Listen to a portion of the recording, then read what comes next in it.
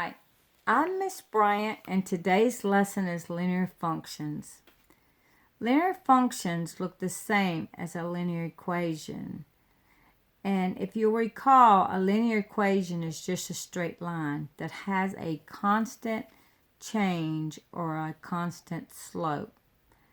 They can be written with x's and y's or with other variables such as h and c. For instance, you could write c is equal to 10 times h, with h may being the amount of hours and c being the cost. This might be a little more practical to use other variables other than x's and y's. Let's look at how to write a linear function. Okay, here's our first example.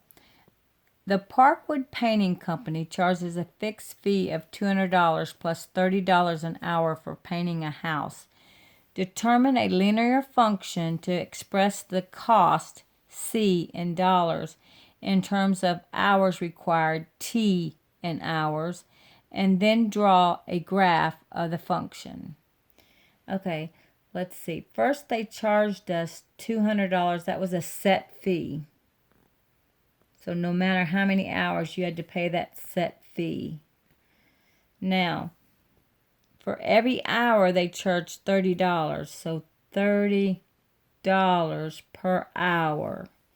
And that was going to equal the cost to paint the house. So now, what they're telling me, though, is for every hour that they paint your house, it's going to cost $30. It's going to be an increase of $30. So if it took 10 hours to paint your house, it would be 30 times 10 plus 200. So the cost would be 300 plus 200. So the cost to paint your house would be $500. Okay, so let's look to see how we would graph this linear function. Okay, here's our linear function. C is equal to 30t plus 200.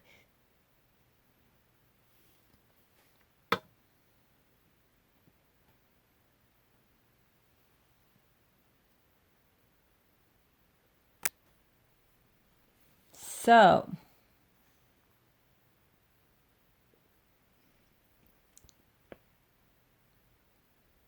at no hours, you're going to start off with $200.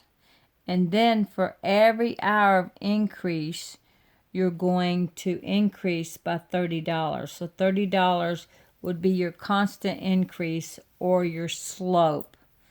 And remember, on the last screen, we said that if you work 10 hours to paint a house, it would be $500. Let's check it out.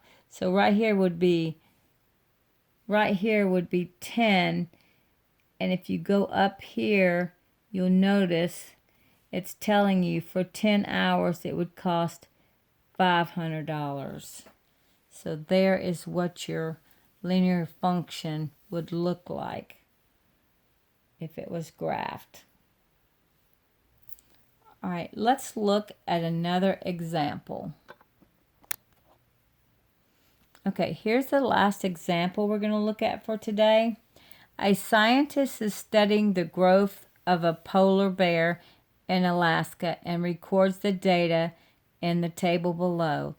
Is a linear function an appropriate choice to model the weight of the polar bear? Explain why or why not. Okay, for it to be a good model, it would have to graph as a linear function, which means it would have to have a constant rate of change or a constant slope. Let's see if we have a constant rate of change. Okay, if at 2 it weighed 45 pounds, and then at 4 it weighed 150 pounds, that would be a difference of 105. Okay, and then if at 4 years old it was 150 and at 6 years old it was 345, that would be a change of 195. Okay, so if we look at this example, you went from a change of 105 to 195. So that is not the same rate of change or the same slope. So this would not be a good model for a linear function. Okay?